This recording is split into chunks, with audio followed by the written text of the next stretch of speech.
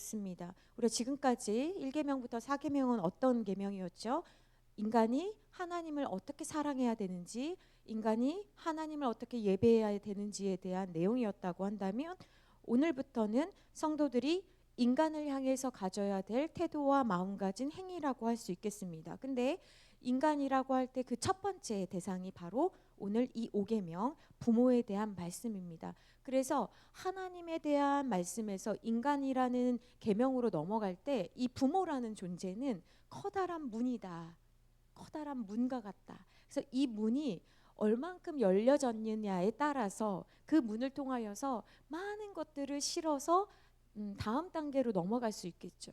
그런데 우리는 연약하고 또 실수가 많고 알지 못해서 부모는 또 부모됨의 역할에 부족함이 있고, 또 자녀는 자녀 나름대로의 상처와 억울함과 서운함이 있어서 그 문이 굉장히 협소하고 작다. 그래서 인간을 사랑하는 데 있어서 사람을 믿고 의지하고 신뢰하는 가운데 부모가 커다란 문이 하나의 걸림돌이 되기도 한다. 그래서 오늘 이 말씀을 통하여서 그럼 도대체 왜 하나님은 이렇게 껄끄럽게, 특히 오늘날 효가 강조되고 있지 않는 이 시대 가운데 부모에 대한 말씀을 주셨을까를 생각하면서 우리 93쪽 하나님 섬김, 이웃 섬김의 통로 이 페이지 보시면서 우리 가도록 하겠습니다. 제5계명은 하나님과 인간의 관계를 제시하는 신학적 계명인 제1부터 4계명과 인간 상호 간의 관계를 규명하는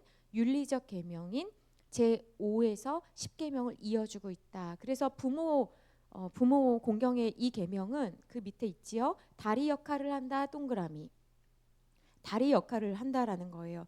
그래서 어떤 사람에게는 하나님을 믿는 게 부모가 너무 튼튼하고 또 신뢰할 만하고 좋은 부모님이어서 하나님을 사랑하는 게 너무 쉬운 사람이 있는 반면, 어떤 부모님은 징검다리처럼 이 다리가 너무 허술하고 간격이 넓어가지고 이 다리를 신뢰하지 못하니까 하나님 사랑, 이웃 사랑으로 갈 때 자기밖에 알지 못하는 이기적인 인간, 하나님을 신뢰하지 못하는 존재로 이 부모의 다리 역할이 그렇게 쓰임받기도 한다.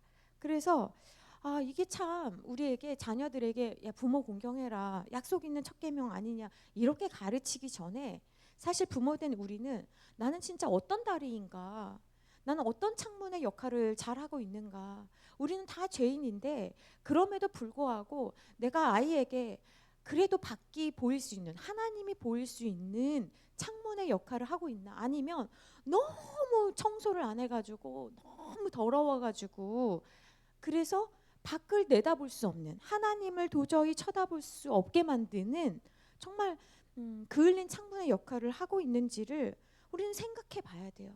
그래서 오늘 이 말씀은 사실 자녀들을 향하여서 해주시는 말씀이라고 우리가 생각할 수 있으나, 저와 여러분, 자녀가 있든 없든 우리는 다 어떤 의미에서 또 영적 부모잖아요. 누군가에게 영적인 부모의 역할을 하고 있거든요. 그러니까 자녀가 있든 없든지 간에 이 말씀을 듣고 있는 모든 그리스도인들에게는 사실 너는 다리 역할을 잘하고 있니? 너는 창문의 역할을 잘하고 있니? 너를 통하여서 하나님이 보이니?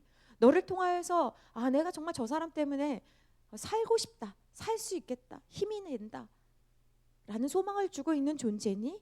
만약 그렇지 않다면 이 약속 있는 첫 계명을 줄 만큼 굉장히 권위 있는 존재로 부모를 세워주셨는데, 그 말은 뭐냐면 하나님께서 나중에 부모된 자들에게는 너 때문에 예수 못 믿겠다잖아, 너 때문에 사랑할 수 없겠다잖아 라고 물으시는 아주 막중하고 무서운 말씀이기도 하다라는 것을 기억하시고, 부모된 우리에게는 정신 차려야 되는 말씀이라는 것을 꼭 기억하시기를 부탁드립니다. 그래서 요한 1서 4장 20절부터 21절 보면 이 하나님 섬김과 이웃 섬김의 균형을 이루는 추가 부모 공경으로 시작하는데, 그 요한 1서 4장 20절과 21절 한번 같이 읽읍시다. 시작. 누구든지 하나님을 사랑하노라 하고 그 형제를 미워하면 이는 거짓말하는 자니, 보는 바 그 형제를 사랑하지 아니하는 자는 보지 못하는 바 하나님을 사랑할 수 없느니라. 여기에다 형제 말고 부모를 한번 넣어보면 나는 부모에게 받은 상처가 너무 많아서 부모 말고 내가 새롭게 형성한 우리 가족만, 우리 남편만, 우리 아내만, 우리 자녀만 사랑할 거야 할 수 없다라는 말씀이에요. 내가 하나님을 사랑한다고 하면 그것은 반드시 이웃사랑으로 나아가게 되는데요. 이웃사랑에 있어서 내가 부모 빼고 사랑할 거야 이게 안 된다라는 거예요. 예, 넘어가 보시면 94페이지 보시겠습니다. 그래서 이 부모 섬김은 너무너무 중요한데 94페이지 첫 번째 줄 온전한 신앙으로 이끄는 중요한 통로가 된다. 그런데 부모 공경을 부모 사랑을 단순히 신앙으로만 생각하지 마시고요. 이 부모라는 존재라는 그 문을 통과하지 못하면요. 어떤 사람을 권위 있게 대하지 못합니다. 권위 있게 그 말씀을 잘 들을 수가 없어요. 그래서 사회생활하는데 이제 젊은 분들이나 나이 드신 분들 보면 부모와의 문제가 있잖아요. 잘 못 배워요. 그리고 늘 반문이 올라옵니다. 속에서 거슬리고 싶은 그 욕구가 생기는 거예요. 왜 그렇게 해야 되는데, 왜 그걸 따라야 되는데, 이 들이받고 싶은 욕망이 있는 거예요. 그래서 이게 참 어렵습니다. 그래서 신앙적으로만 부모와의 관계에 있어서 중요한 역할을 하는 것이 아니라 모든 살아가는 삶에 있어서 이 부모라는 존재는 굉장히 중요한 통로다.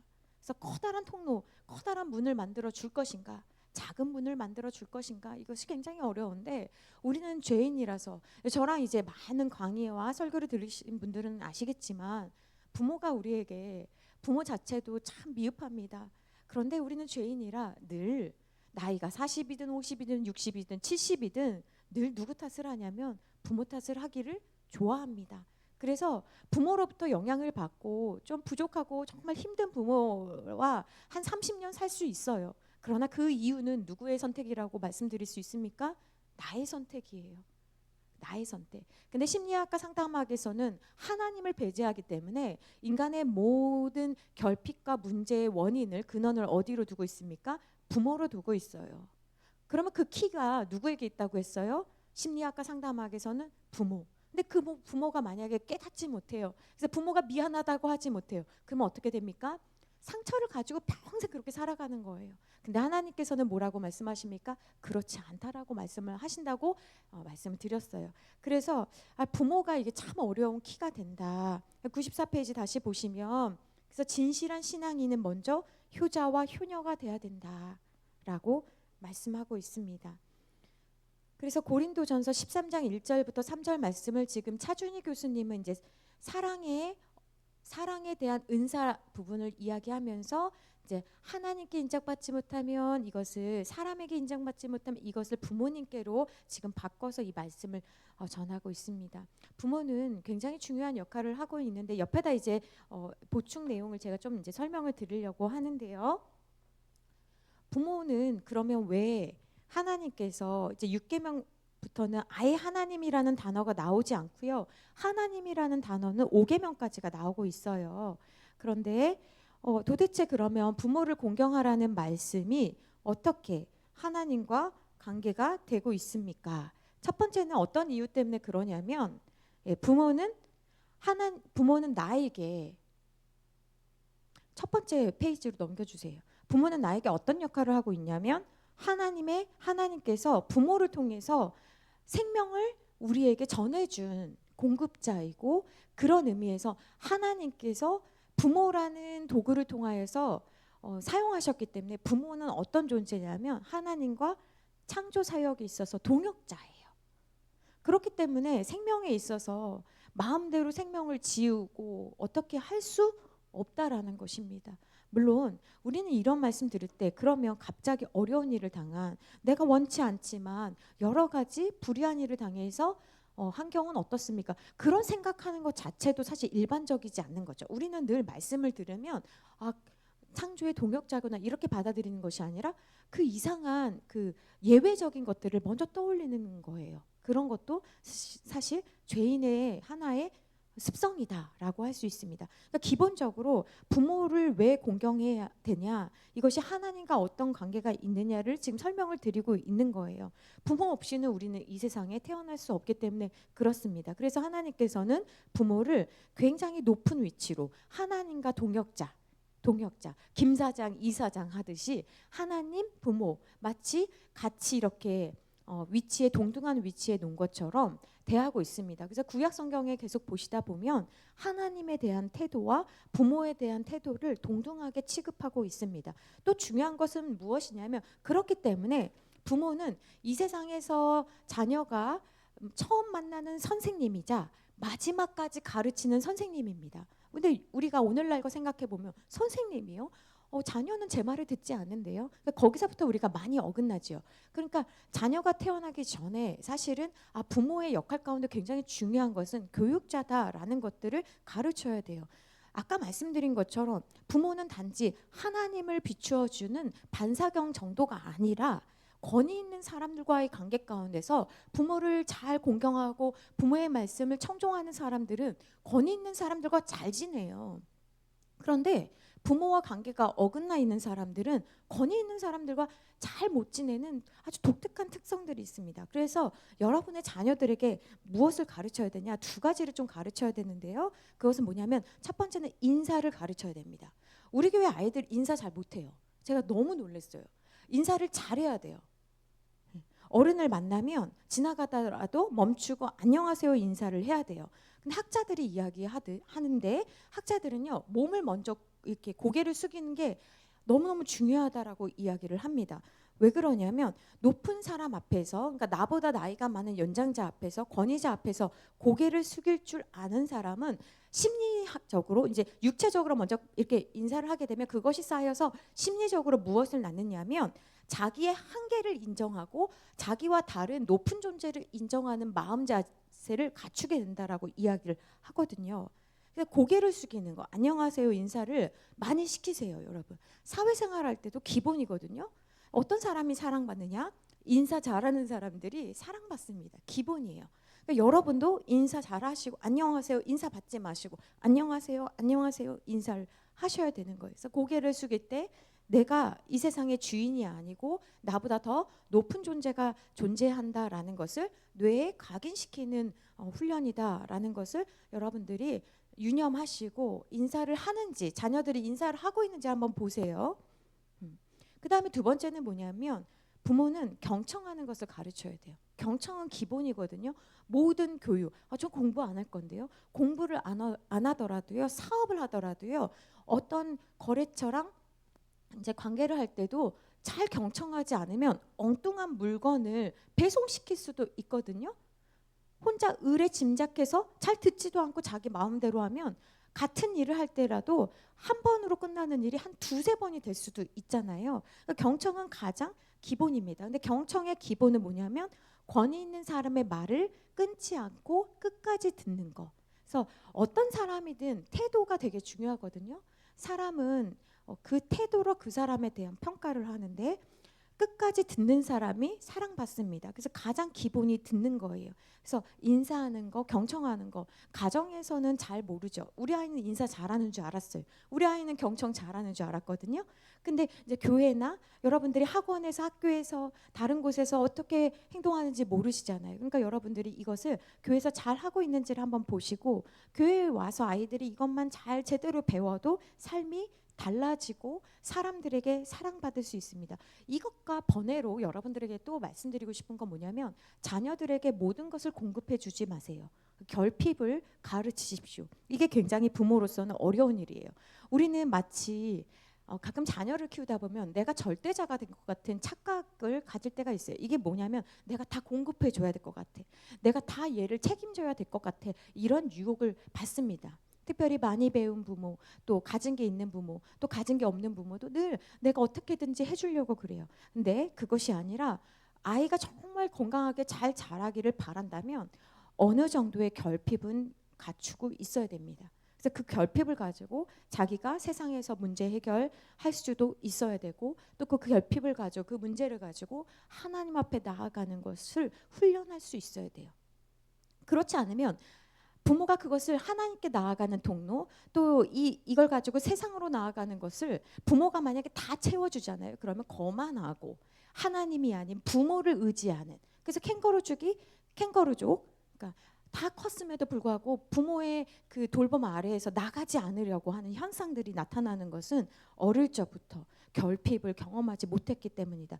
내가 징징대면, 내가 울면, 내가 화내면, 떼쓰면 부모가 나한테 도와줄 거야 라는 잘못된 환상을 심어주지 마셔라. 여러분은 여러분의 부르심을 가지고 살아가는 것입니다.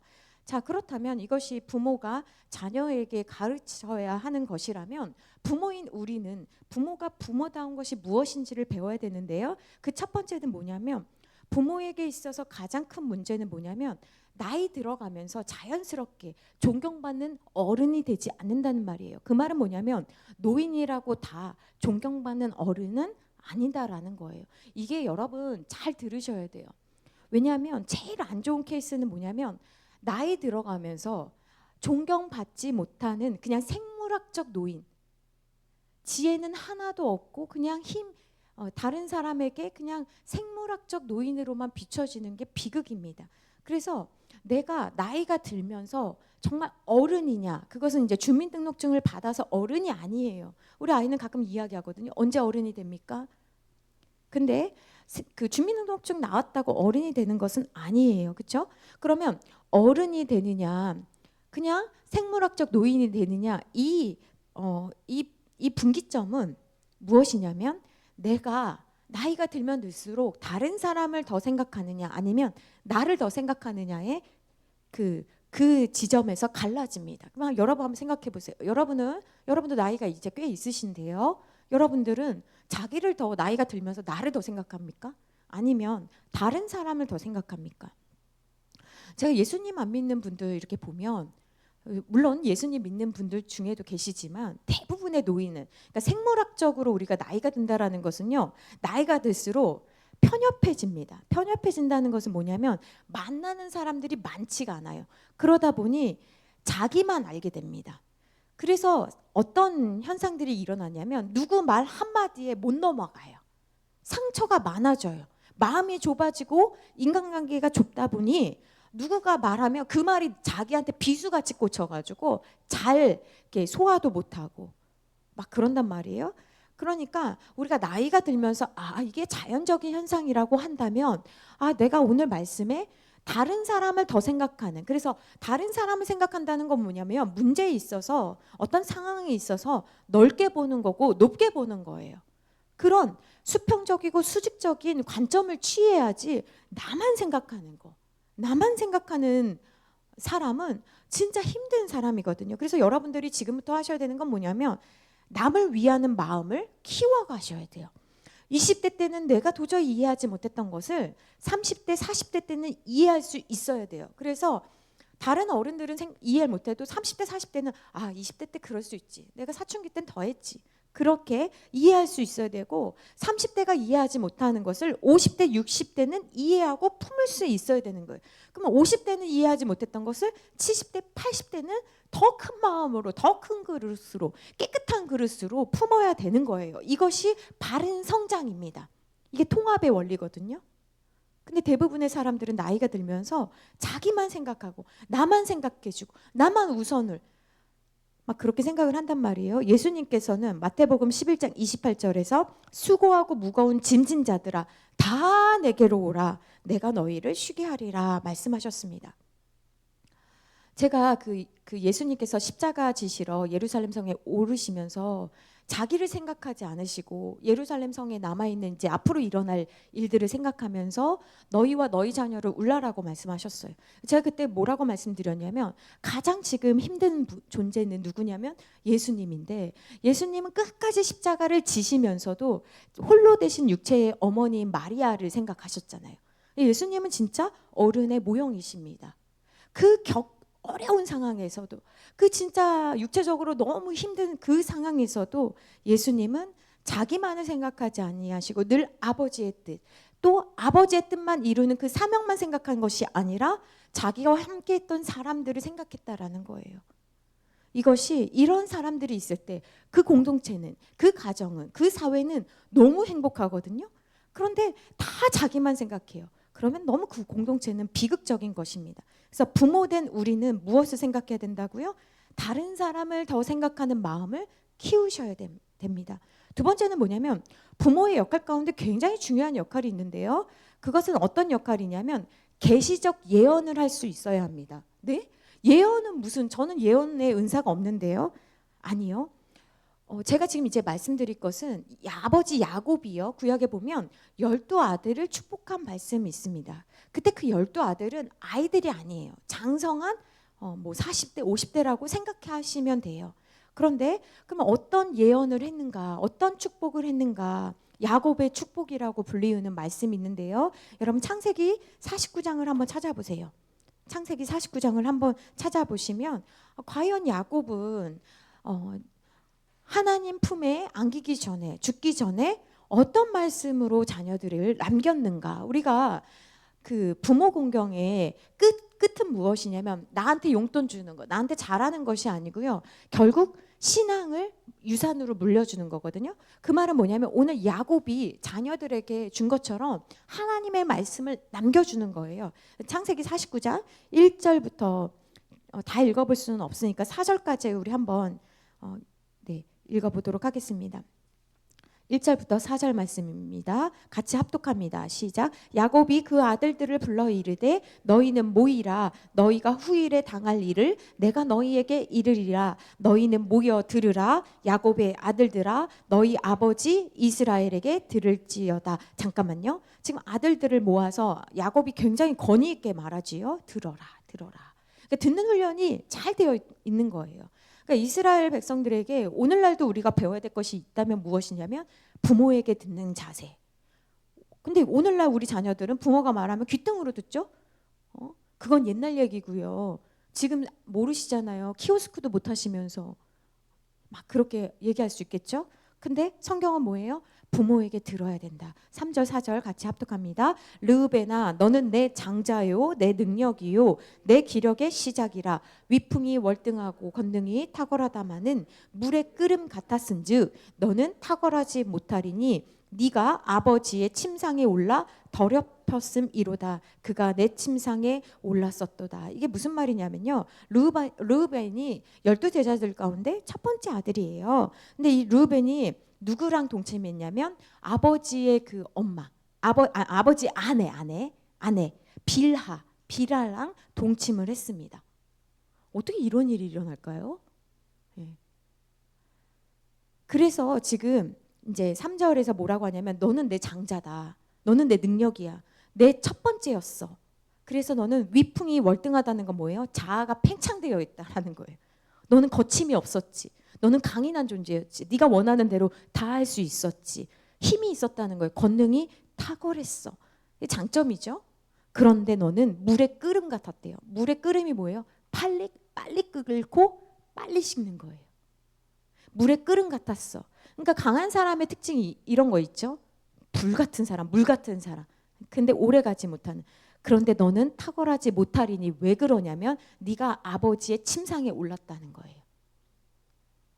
비라랑 동침했기 때문에 너는 어떻게 된다라는 거예요? 너는 그 탁월하지 못하리니 너는 으뜸이 되지 못한다라는 것은 뭐냐면 장자권을 박탈시키는 겁니다. 그래서 이스라엘 역사 가운데 보면 르우벤 지파에서는요 한 명도 왕이 못 나오고 사사가 못 나옵니다. 그래서 첫 번째로 태어난 아들이 이스라엘 역사의 변방으로 이제 가게 되거든요. 그게 지금 야곱이 한 예언대로 되는 거예요. 자, 그러면 시므온과 레위도 5절부터 있는데요. 5절부터 7절도 한번 읽어봅시다. 5절부터 7절 시작. 시므온과 레위는 형제요 그들의 칼은 폭력의 도구로다.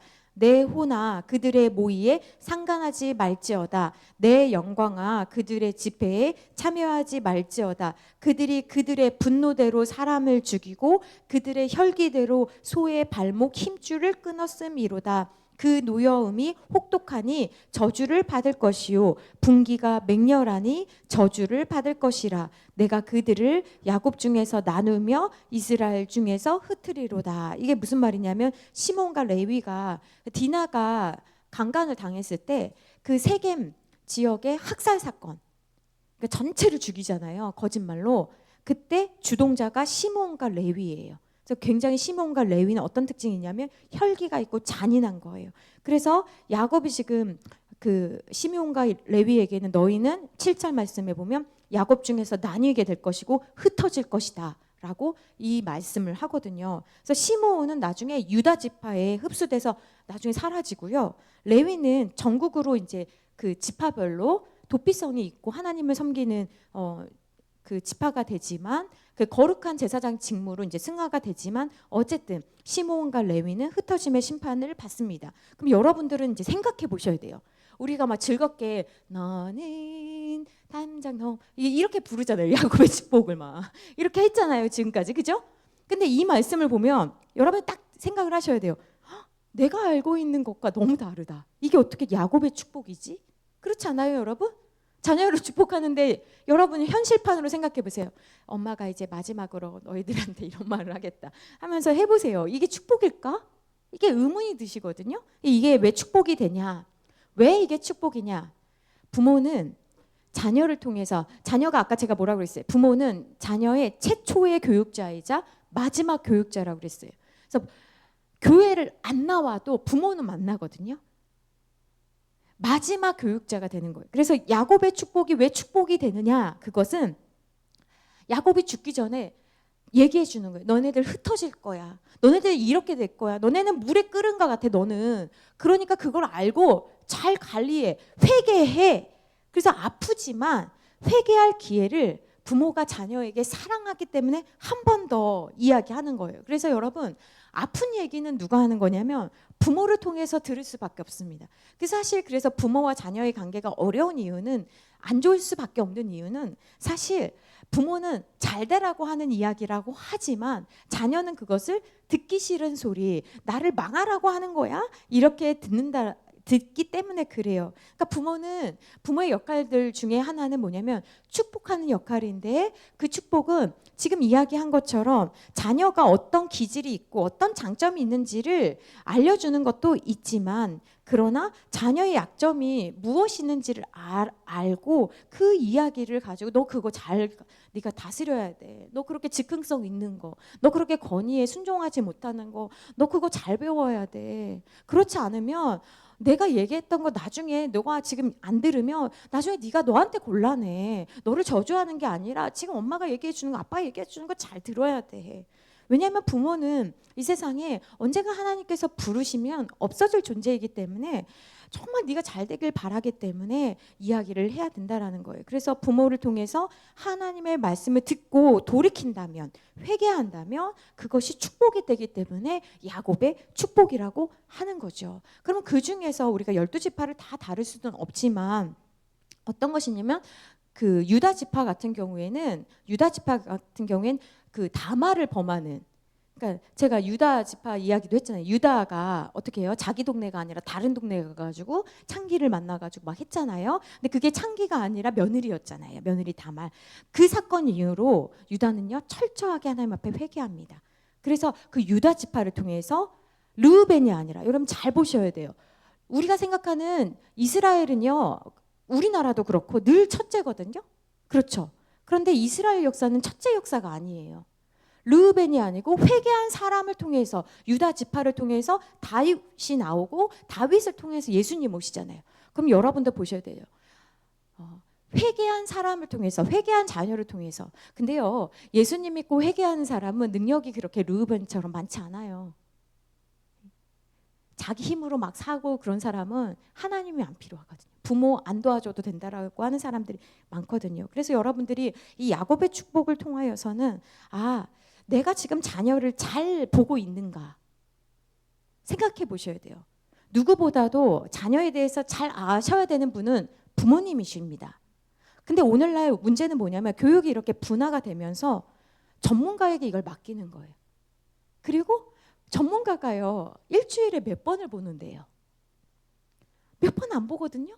근데 그걸 가지고 컨설팅을 받기도 하고, 또 아무리 봐도 1년이에요. 담임에게 맡기기도 하고 도움을 받을 수 있겠죠. 그러나 결정적으로 그 자녀를 하나님의 섭리 안에서 해석할 수 있는 능력은 부모인 여러분에게 있으셔야 돼요. 여러분들이 그 능력을 하나님 앞에, 하나님 영적 해석자가 되게 해주십시오. 그런 능력이 있으셔야 되는 거예요. 영적 해석자가 되게 해주십시오. 여러분 아시잖아요. 자녀의 장점과 단점 아시잖아요. 자녀가 없으신 분들은 배우자의 장점과 단점을 아시잖아요. 그걸로 하나님 앞에 기도하셔야 되는 거예요. 헤롯이 막 할 때 아내가 그것을 막는 것처럼 여러분들이 해석자가 되어 주셔야 되는 거예요. 그 다음에 또 부모가 아셔야 되는 것은 자녀의 상황과 상관없이 그거에 대해서 하나님의 약속을 끝까지 선포할 수 있는 제사장적인 역할을 여러분들이 하셔야 돼요. 그러니까 우리 가정의 신앙의 주축을 딱 부모가 딱 가지고 있어야 되는 거예요. 자녀에게 그 신앙에 있어서 여러분들이 그걸 너무 자녀에게 의지하지 마세요. 저희 집도 자녀들이 목회자지만 이렇게 가족 모임을 하면 아버지에게 말씀을 들으려고 하거든요. 그러니까 부모가 그것을 끝까지 붙잡고 있어야 된다. 또 우리가 기억해야 되는 것은 뭐냐면 야곱의 축복을 통해서 이렇게 어떻게 이것을 마지막 메시지라고 할 수 있을까 싶은데요. 부모는 자녀에게 기도할 때 고난이 없게 해주세요. 그러면요 자아가 팽창된 사람으로 자라는 거예요. 부모는요 아프지만 어떻게 기도해야 되냐면 그 고난들이 있을 텐데 그 고난들을 잘 하나님 손 붙잡고 잘 이겨나갈 수 있게 해주세요 라고 기도하셔야죠. 우리는 고난이 없게 해주세요 라고 한다고 하나님께서 그래 고난이 없게 해주자 그러시 않으시죠. 하나님은 특별히 택한 자들에게는 고난을 허락하십니다. 그래서 하나님께서 하나님의 사람으로 만드시거든요. 그래서 그것을 고난을 잘 이겨나갈 수 있게 해달라고 여러분들이 기도하실 수 있어야 됩니다. 자, 다시 95페이지 책으로 보겠습니다. 부모 공경은 인간 최고의 윤리다. 그래서 이 말씀을 보면 부모 공경이 인간의 가장 기본 도리다. 신명기 27장에는 저주 10계명이 나오는데 그 중에서 저주를 받을 행위 중에 첫 번째로 언급되는 사항이 바로 부모를 향한 잘못된 행실이다. 그래서 신명기 27장 16절 말씀 같이 한번 합독합시다. 시작. 그의 부모를 경홀히 여기는 자는 저주를 받을 것이라 할 것이요 모든 백성은 아멘 할지니라. 여기서 보세요. 경홀히 여기다는 경홀이가 무슨 말이에요? 옆에다 쓰세요. 가볍게 여기다. 비천하게 만들다. 그러니까 그의 부모를 가볍게 여기고 비천하게 만드는 사람. 부모의 권위와 가치를 무시하는 모든 행위, 그런 것을 하는 사람은 저주를 받을 것이라. 근데 여기서 또 기억하셔야 되는 것은 무엇이냐면 모든 백성이 아멘했다라는 거예요. 그러니까 여러분 우리가 모든 백성이 이것에 대해 아멘했다고 한다면 여러분도 어떤 것에 대해서 누군가가 험담하거나 자기 연민에 빠지거나 아니면 잘못된 걸 할 때 그냥 앵무새처럼 그냥 그래 그럴 수 있지 이렇게 하지 마셔요. 여러분들이 동의할 것과 동의하지 않을 것에 대해서 예할 것은 예하고 아니할 것은 아니오라고 하셔야지 그냥 어떤 사람 이야기 들을 때 그냥 이렇게 그래 부모님 좀 그랬다라고 하면 안 되는 거죠. 왜냐하면 모든 백성이 아멘이라고 한 것은 하나님의 말씀에 기반하고 있기 때문에 그래요. 그래서 제5계명에 보면 부모를 공경하라 이게 카페트인데 이 원어와 반대되는 말이 경홀이에요. 그러니까 부모를 가볍게 여기는 자는 저주를 받을 것이라. 그러면서 미가 선지자는 뭐라고 이야기하냐면 인간이 당하게 될 최악의 심판이 자기 집에서 일어나는데 그 말씀 보면 너희는 이웃을 믿지 말며 그래요 뭐 이웃은 못 믿는다고 생각해 봅시다. 친구를 의지하지 말며 그래요 뭐 친구까지도 의지하지 맙시다. 근데 내 품에 누운 여인은요 배우자죠. 배우자에게라도 입의 문을 지키래요. 비밀스러운 걸 말하지 말래요. 거기에다가 아들이 아버지를 멸시한대요. 딸이 어머니를 대적한대요. 며느리가 시어머니를 대적한대요. 이야 이러고 보면 오늘날 우리의 모습이잖아요. 아들이 아버지를 대적해요. 딸이 어머니를 대적하고 며느리가 시어머니를 대적한 지 오래됐죠. 그래서 시어머니와 관련된 에피소드가 너무 많이 일어나는 것은 오늘 우리가 살아가는 시대가 지금 이제 말세가 다가왔다라는 거예요. 그 96페이지 봅시다. 그러니까 가정 내에서 이렇게 존중이 일어나지 않고 신뢰관계가 깨지면 인생이 무슨 의미가 있겠냐. 아들이 아버지를 멸시한다고 하네요. 자, 그러면 여러분의 집에서도 아들이 아버지를 멸시하거나 딸이 어머니를 무시하는 그런 것들을 여러분이 들었어요. 그러면 예를 들면 저로 한번 생각해 봅시다. 우리 아이가 제 앞에서 편하게 아버지를 무시하거나 멸시하는 이야기를 합니다. 예를 들면 그렇게 할 경우 여러분은 어떻게 하셔야 됩니까? 대부분 어떻게 합니까? 아이의 마음을 먼저 들어주려고 누그러뜨리기 위해서 그래, 그래 그런 부분도 있지만 그러면서 어떻게 합니까? 배우자의 의견을 좀 이렇게 편하게 자녀에게 설득시키기 위해서 이제 두 번째로는 자녀들의 이야기, 자녀들 앞에서 배우자의 편을 이렇게 들게 되죠. 근데 여러분 그렇게 해서 여러분 그 아들이 아버지를 멸시하고 딸이 어머니를 무시하는 것이 멈춰집니까? 안 멈춰져요. 그럼 그게 잘못됐다라는 거예요. 굉장히 중요한 이야기입니다. 왜냐하면 여러분들이 실제로 경험하는 이야기이기 때문에 그래요. 여러분 앞에서 예를 들면 엄마인 내 앞에서 아버지 욕을 합니다. 그거를요 여러분 가볍게 여기지 마세요. 하시면 안 되는 거예요. 자녀는. 반대로 아버지 앞에서 엄마 욕을 한다? 똑같이 하면 안 되는 거예요. 여러분들이 기본적으로 남편과 나는 하나다라는 것을 자녀 앞에서 굳건하게 보여주셔야 돼요. 내 앞에서 아버지를 또는 어머니를 욕하는 것은 나를 욕하는 거랑 똑같아. 그러니까 내 앞에서 하지 마라고 말씀하셔야 돼요.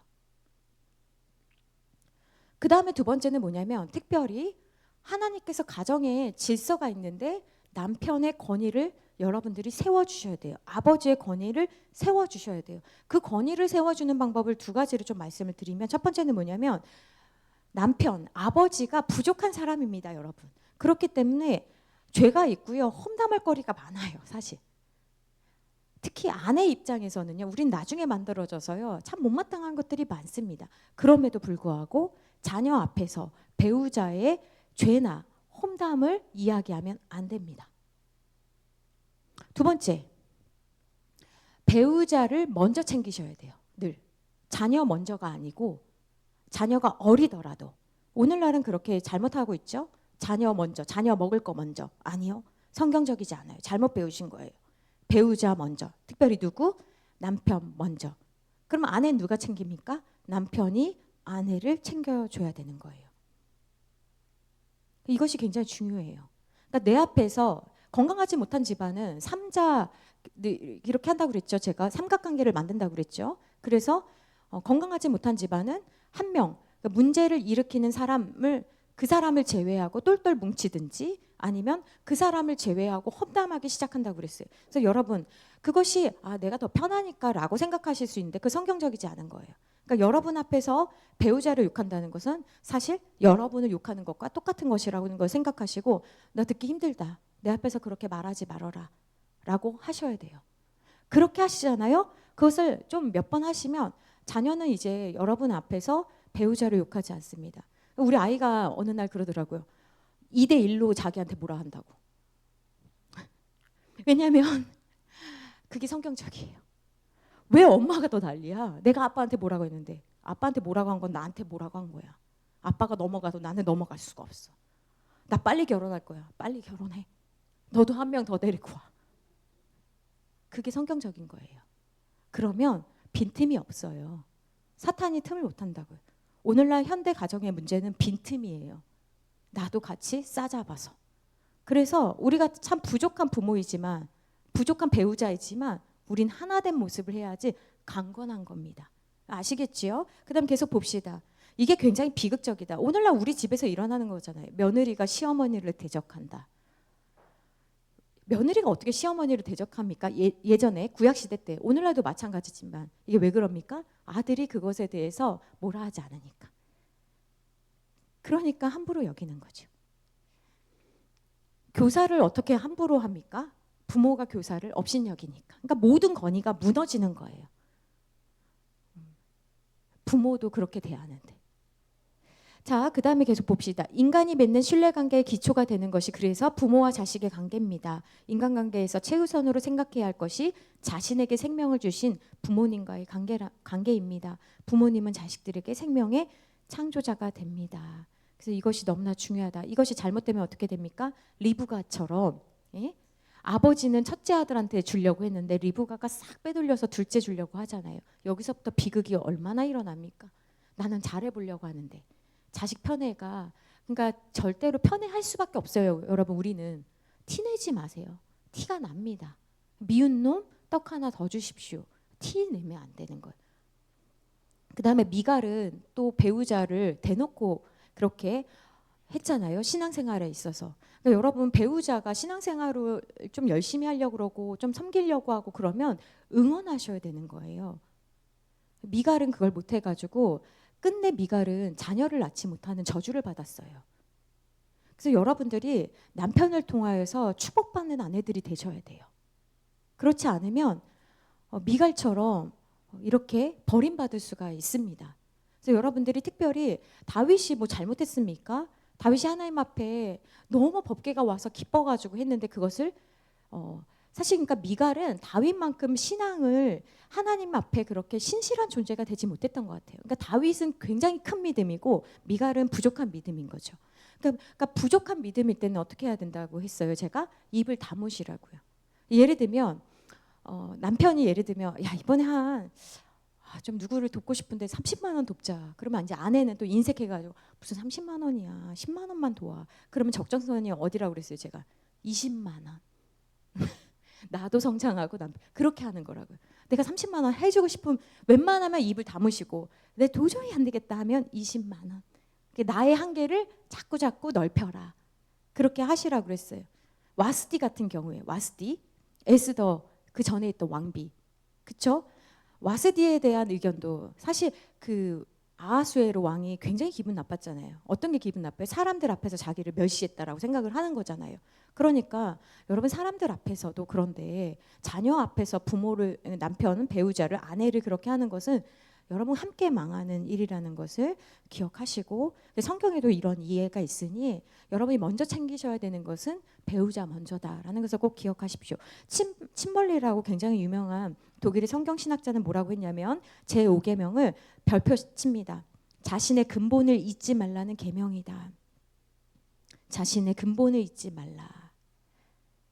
그 다음에 97페이지 맨 위에 봅시다. 인간관계에서는 인간 생명의 창조주인 부모님이 가장 중요하기 때문에 부모님을 공경하는 것을 가장 기본으로 두었다라고 말씀하고 있습니다. 그래서 이 부분과 관련돼서 조금 더 보충을 하면 레위기 19장 3절 말씀에는 부모님을 경외하고 나의 안식일을 지켜라. 나는 너희 하나님 여호와다라고 말씀하고 있습니다. 아까 말씀드린 것처럼 하나님을 경외하지 않으면 그 우상 숭배라고 해서 하나님 앞에 벌을 받아요. 그런데 이와 동등하게 마치 우상 숭배에서 사형에 처한 이스라엘 백성처럼 뭐라고 말씀하시냐면 부모를 경외하지 않으면 뭐라고 돼 있냐면 출애굽기 또 21장 15절 17절 말씀에 뭐라고 돼 있냐면 자기 아버지나 어머니를 치는 자, 치는다는 건 진짜 때리는 건데 여기서는 때린다는 거는 말로도 때릴 수 있죠. 욕하거나 또 그렇게 하는 사람 어떻게 하라고요? 반드시 죽일지니라.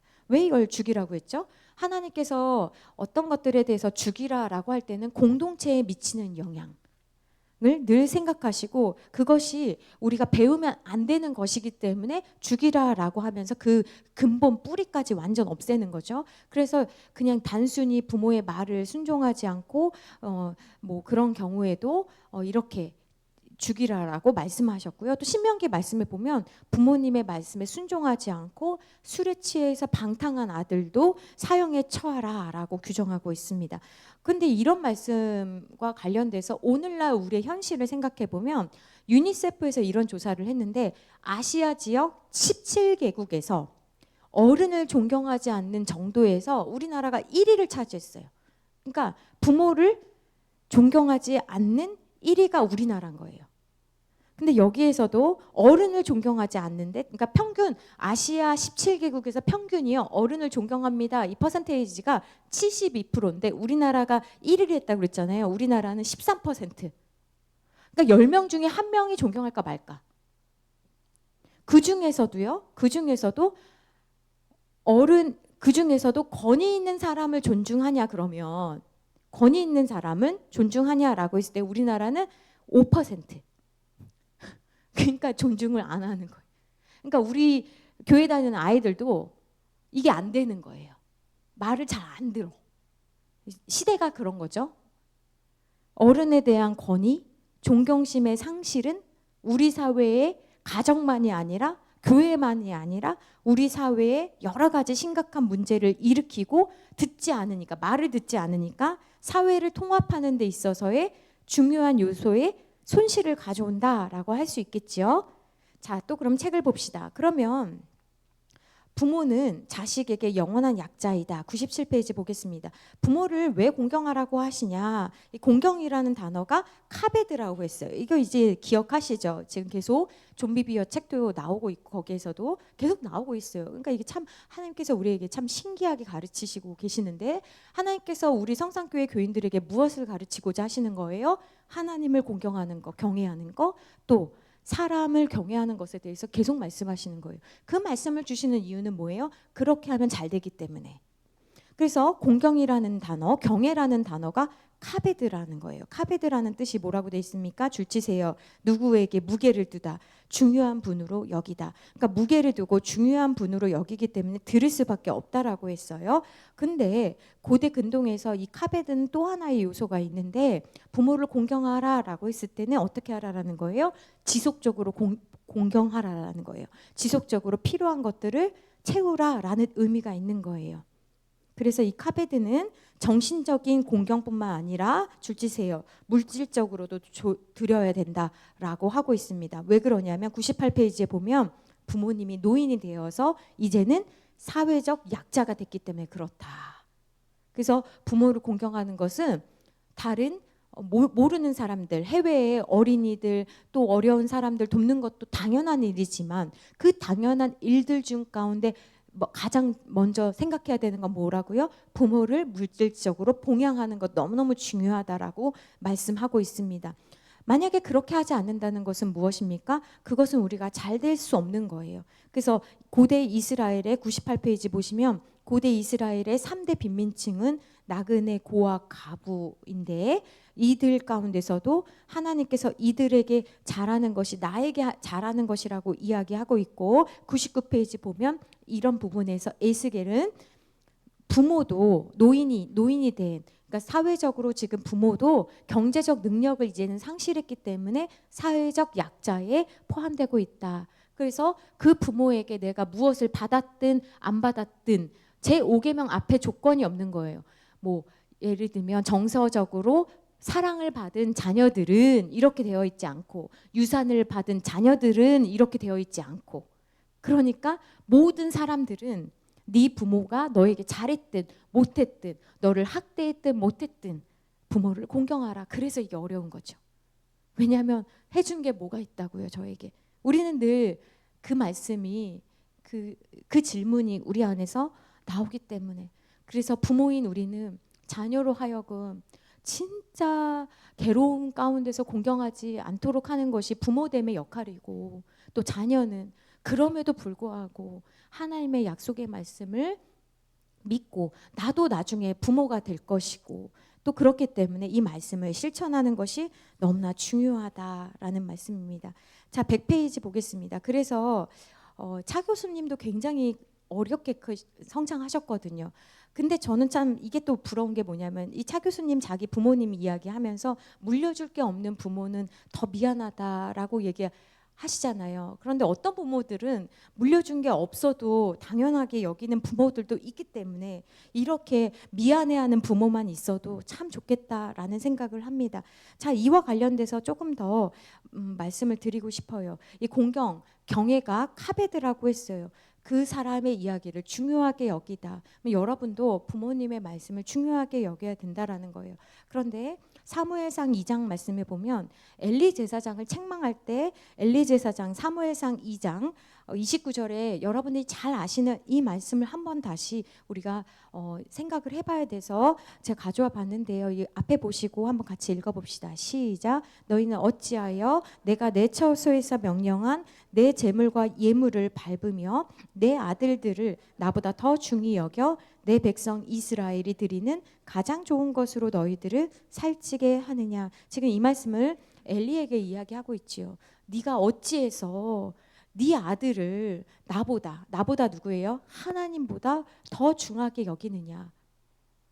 오늘날 생각해보면 하나님보다 가족 문제만 나오면 하나님 제치고 가족 먼저, 내 딸, 내 아들 먼저 생각하는 분들이 교회 다니는 분들 가운데서도 되게 많아요. 그러면 생각해 보셔야 돼요. 아니 목사님, 지금 하나님께서 자녀 사랑을 방해하시는 겁니까? 이거 어떻게 해석해야 되는 겁니까? 아니 하나님께서 주신 자녀인데 내가 사랑하는 게 돌보는 게 마땅한 거 아닙니까? 라고 우리가 또 질문할 수 있겠지요. 근데 이 말씀은 그게 아니고요. 엘리는, 우리는 항상 이 십계명을 생각하셔야 돼요. 우리가 섬길 첫 번째 대상은 누굽니까? 하나님 먼저. 우리 자녀는 누가 챙기는 거예요? 하나님이 자녀를. 이거를 잊어버리시면 안 돼요. 그래서 십계명이 너무 중요한 거예요. 근데 우리는 늘 어떻게 합니까? 자녀 먼저, 아들 먼저, 딸 먼저, 그 다음에 나중에 시간 되면 하나님 먼저 할게요. 형편 나아지면 할게요. 그래서 우리가 복을 못 받아요. 하나님을 섬기는 방법, 하나님이 자녀를 챙기시는 거예요. 하나님이 내가 가지 못하는 그 회사에, 자녀가 다니는 회사에 누가 챙겨주시는 겁니까? 하나님이. 하나님이 내가 가지 못하는 자녀가 다니는 학교에 누가 챙겨주시는 겁니까? 하나님이. 하나님이 자녀를 챙겨주실 때 완벽하게 챙김받아요. 근데 우리는 엘리도, 제사장이라고 하는 엘리도 뭐라고 지금 하나님 앞에 꾸중을 받고 있습니까? 하나님께 드려야 할 섬김을, 하나님께 드려야 할 존중을, 하나님께 드려야 할 대접을 너는 왜 네 아들들한테 주니? 너는 왜 내 말은 그렇게 우습게 여기고 자녀들 말은 그냥 막 놀래가지고 자녀들 말 막. 그래서 오늘날 우리 부모님들이 노인이 되어도 지혜가 없으신 거예요. 왜? 자녀들 말은 크게 들리고 하나님 말은 작게 들리니까. 제가 어떤 어르신이랑 상담하면서 그랬어요. 자녀가 주는 그게 너무 크니까 자녀 말은 이렇게 큰 거예요. 무서운 거예요. 자녀가 그걸 끊을까 봐. 봉양하는 걸 끊을까 봐. 그래서 제가 그랬어요. 잘못됐다 순서가. 내가 끊기더라도 하나님을 먼저 존중하셔야 된다. 안 그러면 계속 자녀한테 끌려다닌다. 이미 우선순위가 잘못됐으니까 관계 설정이 잘못된 거죠. 엘리는 지금 뭐라고 하고 있습니까? 하나님께 어떤 책망을 받고 있어요? 하나님께 네가 돌려야 할 재물과 예물, 이게 달라요. 재물은 고기고요. 예물은 곡식이거든요. 이스라엘 백성들이 가장 좋은 것을 하나님 앞에 드린 거잖아요. 근데 제사장은요, 재물 드릴 때 뭐를 받을 수 있냐면 가슴과 뒷다리를 받을 수가 있어요. 분깃으로. 근데 제가 생각해 봤거든요. 가슴과 뒷다리를 맨날 먹는다고 생각해 보세요. 다이어트 하는 것도 아니고. 가슴살 먹는다고 생각해 보세요. 맨날. 기름 먹고 싶잖아요. 기름 입에 한번 두르고 싶잖아요. 그래서 엘리의 아들들이 어떻게 했냐면 기름은 하나님 거거든요. 근데 성경에 보면요. 엘리의 아들들은 기름을 태우기 전에, 그러니까 다 타면 없어지잖아요. 기름은. 그러니까 어떻게 해요? 갈고리로 가장 좋은 부위를 찍어갔대요. 그걸 엘리가 몰랐을까? 안 거죠. 근데 아들들을 두려워한 것 같아요. 제가 생각해 봤을 때 얘네들이 내 뒤를 안 이은다고 할까 봐. 예를 들면 아시겠어요? 그게 두려운 거잖아요. 제사장 안 한다고 할까 봐. 그게 개망난이로 살아도 그것에 대해서 두려우니까 내버려 두는 거예요. 그래서 어떻게 됩니까? 결국 엘리와 엘리의 아들들이 그 가문은 다 망하게 되는 거예요. 그래서 우리가 깨달아야 되는 것이 무엇입니까? 여러분, 자녀는 귀해요. 그건 사람이라면 당연한 것이지요. 그러나 그걸 아시는 하나님께서 뭐라고 하십니까? 하나님 먼저. 자녀는 누가 돌본다? 하나님이 자녀 돌본다. 근데 우리가 이걸 못 배우니까 늘 잘못하고 있는 거예요. 오늘날 엘리의 아들들이 재물을 함부로 했다면 여러분의 자녀들이 헌금을 어떻게 하고 있습니까? 여러분 그것에 대해서 말씀하고 있습니까? 자녀들이 하나님께 드리는 헌금 여러분은 얼만큼 이야기하고 있습니까? 또 예배를 함부로 드리고 마음대로 드리는 자녀를 향해서 부모는 방임하거나 방치하지 마셔야 되는 거예요. 하나님을 가볍게 여기는 일은 내가 사랑하는 하나님을 가볍게 여기는 것과 같은 거예요. 나를 함부로 여기는 것과 같다는 거예요. 그런데 우리는 희한하게도 묵인하는 게 너무나 많아요. 와줬으니까, 해줬으니까, 언젠가는. 아니요. 아니라고요. 여러분 주변에 많이 있잖아요. 그게 아니라는 것을. 청년 때 하나님을 함부로 하는 것을 계속 냅두면요. 떠나갑니다. 하나님을 만나도록. 하나님을 알도록. 그래서 사무엘상 2장 30절 말씀 같이 한번 읽어봅시다. 시작. 나를 존중히 여기는 자를 내가 존중히 여기고 나를 멸시하는 자를 내가 경멸히 여기리라. 심은 대로 거두는 거예요. 나를, 하나님을 여러분이 존중히 여기신다는 것은 무엇입니까? 하나님을 하나님으로 대접하는 것. 하나님을 하나님으로 대접하는 가장 기본은 무엇이라고 그랬어요? 예배. 그 예배에는 여러 가지 요소가 있겠죠? 기도 드리는 거, 찬송 드리는 거. 목 아프다고 목 아끼지 말라고 그랬어요. 최선을 다해서, 이 악기예요, 내가. 최선을 다해서. 감기 걸릴 때만 빼고 최선을 다해서 아끼라고요. 드리는 거. 말씀 받는 거. 하나님을 존중히 여기는 거. 여러분 존중하고 계십니까? 나를 멸시하죠. 내가 하나님을 대충. 여러분들도 하나님이 대충 대하실 거예요. 귀하게 여기지 않으실 거예요. 왜? 사무엘상 2장 30절 말씀에 네가 나를 존중해? 내가 너를 귀하게 여길게. 소중히 여길게. 내가 너를 눈동자같이 살필게.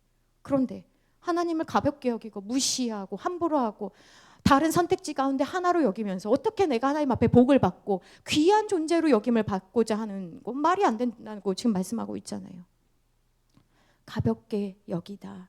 그래서 권위를 무겁게 좀 대접하는 기술에 대해서 이 가볍잖아요. 우리가 사랑할 때 너무 가벼워요. 그러니까 이거 보이지 않는 하나님 앞에 하는 것은 예배를 잘 드리라고 계속 말씀드리고요. 그럼 이것들을 우리가 사람과의 관계 가운데서 실천해 봐야 되잖아요.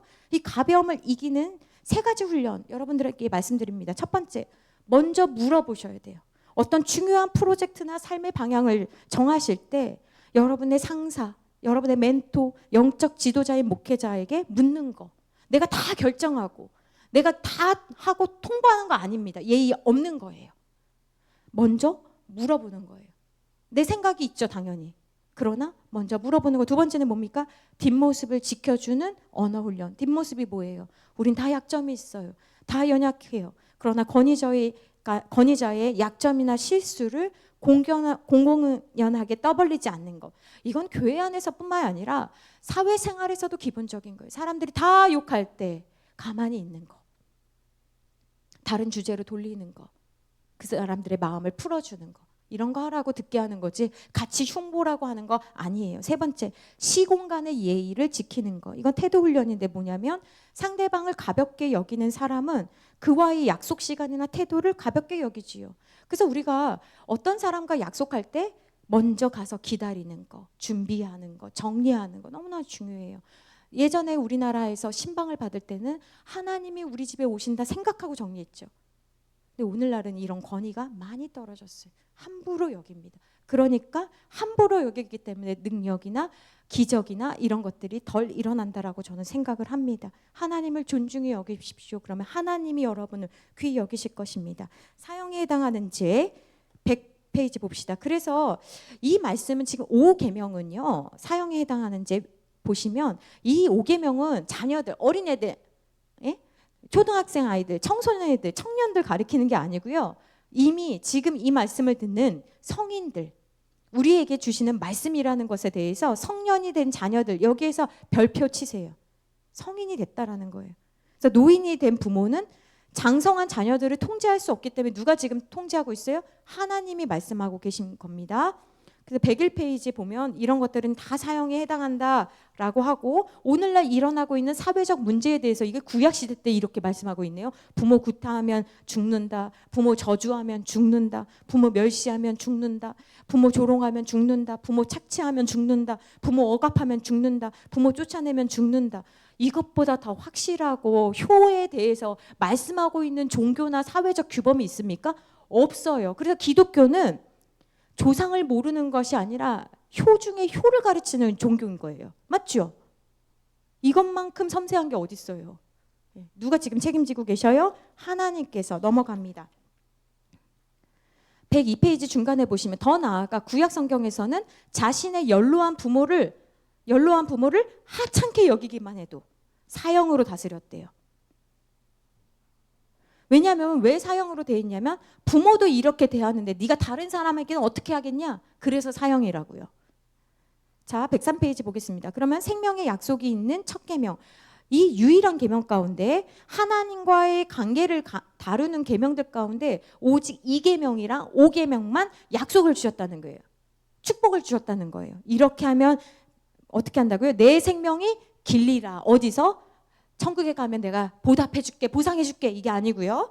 어떤 약속? 내가 너한테 준 땅에서, 이 곳에서, 현세에서, 내세가 아니라 현세에서. 103페이지. 그래서 보세요. 길리라는 뭐예요? 생명 연장만이 아니에요. 난 장수하지 않을 거예요. 난 금방 죽고 싶어요. 그러니까 부모 공경 안 할 거예요. 그 얘기가 아닙니다. 길리라는 뭐냐면 생명 연장이 아니고 하나님이 주신 복이 중단 없이 계속 이어진다는 거예요. 계속 하나님께서 사르밧 가부의 기름병처럼 공급해주고 공급해주고 공급해주고 계속 살게 해주신다는 거예요. 이것보다 좋은 약속이 어디 있어요? 그 다음 두 번째는 뭐냐면 103페이지 보면 그래서 제5계명의 약속은 줄칩니다. 보다 구체적이다. 넘깁니다. 104페이지. 그러므로 부모를 잘 섬기는 사람의 인생은 반드시 하나님이 책임지신다. 왜요? 약속하셨으니까. 그래서 공경하는 것이 너무 중요하다. 그래서 104페이지 보면 속죄의 은혜가 있는데 여기 보면 집회서는 외경서예요. 기독교는 정경만 봅니다. 정경. 근데 이 외경을 따르는 종교가 있죠. 가톨릭. 그래서 부모 공경을 굉장히 중요하게 여기는데 왜냐하면 부모를 공경하면 내 죄가 사라진다라고 가르치기 때문에 그렇습니다. 여기서 우리가 배워야 될 것은 무엇이냐면 106페이지 볼게요. 위에 보면 얼마나 부모 공경이 중요하면 죄를 씻을 수 있을 정도로까지 중요하다라고 가르칠까? 이것을 우리가 배워야 됩니다. 부모를 잘 섬기는 것은 속죄에 해당될 만큼 큰 행위다. 속죄가 된다라는 것은 아니지만 그래서 여기서 우리가 좀 기억하셔야 되는 것이 무엇이냐면 그럼 우리에게 질문이 생깁니다. 이미 돌아가셨다면 우리는 어떻게 해야 될까요? 이미 돌아가신 부모님도 계시잖아요. 그럴 때는 우리는 어떻게 해야 될까요? 그것에 대해서 여러분들에게 좀 말씀을 드릴게요. 만약에 부모님이 돌아가셨어요. 그러면 혹 우리는 생각하잖아요. 하나님 말씀을 너무 늦게 알았습니다. 어떻게 해야 될까요?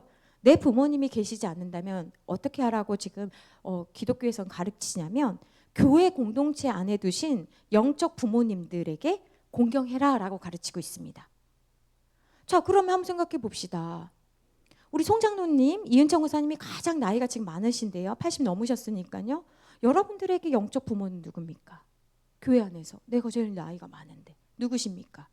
그렇죠. 목회자. 목회자가 잘났기 때문에 목회자가 인격이 괜찮아서 능력이 있어서 박사학위가 있어서 아니죠. 목회자가 존중받을 수 있는 이유는 무엇 때문이냐면 하나님의 말씀을 대행하는 심부름꾼이기 때문에 부모를 공경하는 것이 하나님을 공경하는 것과 마찬가지로 말씀의 종인 목회자들을 공경하는 것은 하나님을 공경하는 것과 같기 때문이에요. 그래서 하이델베르크 요리문답이랑 웨스트민스터 대요리문답에서는요. 제5계명의 대상을 이렇게 이야기하고 있습니다. 질문을 이렇게 합니다. 이걸 다 외워요. 사람들은 원래. 우리 교회는 지금 안 외우고 있죠. 좋은 줄 아셔요. 질문 이거예요. 제5계명에서 하나님께서 원하시는 것은 무엇입니까? 질문하면 이렇게 외우셔서 답변하는 거예요. 나의 부모님뿐만 아니라 나를 다스리는 권위를 가진 모든 상급자에게 모든 공경과 사랑과 신실함을 나타내는 것입니다. 그래서 하나님께서는 부족함에도 불구하고 교회와 사회의 지도자들에게 하나님의 권위를 위임하셨어요. 그러니까 그들을 통해서 만약에 잘못된 결정이 돼서 우리가 잘못된 결정을 받을 수도 있잖아요. 그러면 누가 책임지신다는 거예요? 하나님께서 그 질서를 주셨기 때문에 하나님께서 뒷마무리 하십니다. 뒷마무리라는 게 좀 죄송한 표현인데요. 그래서 하나님께서 그들에게 질서 가운데서 권위를 위임하셨기 때문에 그걸 기억하셔야 돼요. 그 다음에 두 번째는 뭐냐면 그래서 부모에게 이렇게 부모가 돌아가셨어도 우리가 믿음의 가정들에게 잘하라고 하나님께서 말씀하시잖아요. 여기 보시면 목회자도 계시고 또 이렇게 어른들 계시잖아요. 어른들에게 공경할 수 있다. 또 두 번째 기억해야 될 굉장히 중요한 건 뭐냐면 예수님께서 뭐라고 말씀하셨냐면 누구든지 하나님의 뜻대로 행하는 자가 내 형제요 자매요 어머니라고 하셨어요. 그러니까 하나님의 뜻대로 행하는 우리 이 교회 공동체, 신앙 공동체 안에서의 새로운 가족, 그러니까 확대된 가족이에요. 그러니까 저도 그런 생각하거든요. 저희 박유인 권사님하고도 그런 이야기 했는데 안 만나는 가족들보다 매주 만나서 기도 제목 나누고 사정을 아는 우리가 진짜 가족인 거예요. 우리가 가족인 거예요. 아니 왜 이렇게 살이 빠졌어요? 아니 왜 이렇게 부었어요? 이렇게 이야기해 줄 수 있는 상태를 보고 뭐 하나라도 이렇게 서로 챙겨줄 수 있는 우리가 진짜 가족인 거예요. 그러니까 공동체에 속해 있는 어른들과 우리들은, 자녀들은 우리가 영적 공동체구나 이렇게 생각을 하셔야 되는 거예요. 그러니까 부모가 안 계셔요. 그런 분들은 신앙 공동체 안에서 영적 부모를 공경해야 되고, 또 생각해 보세요. 오늘날 같은 경우에는 자녀가 없어요. 그러면 자녀가 없는 부모님들 연로하신 어르신들도 있잖아요. 그러면 이런 분들은 자녀가 없으니까 나는 공경받을 기회가 없네? 그게 아니고요. 혼자 되시거나 자녀가 없거나 이런 분들은 마땅히 아까 말씀드린 것처럼 존경받을 만한 어른이 되셔야죠. 하나님의 뜻대로 행하는 안나 선지자와 같은 분들이 되셔야 되는 거예요. 그래서 그렇게 홀로 되신 어른들, 자녀가 없으신 어른들에게는 우리가 잘 공경해서 그런 분들을 외롭지 않도록 우리가 잘 챙겨드려야 되는 의무가 있는 거죠. 그래서 우리 교회는 명절 때마다 5만 원씩이지만 작은 돈이지만 공경하는 거죠.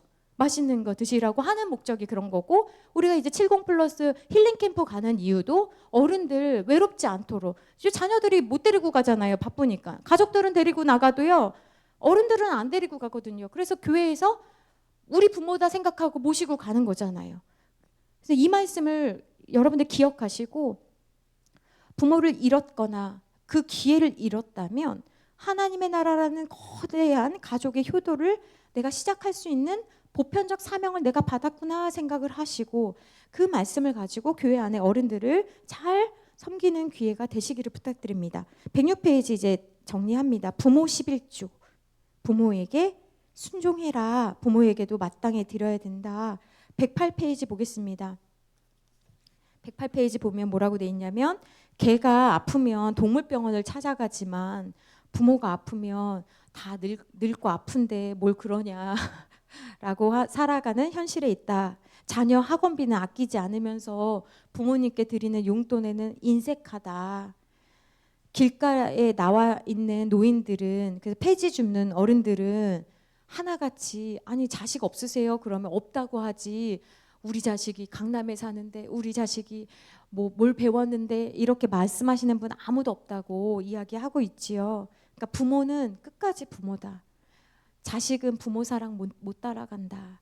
그렇죠? 그래서 부모에 대한 책임을 다하자, 그런 말씀을 좀 드리고자 합니다.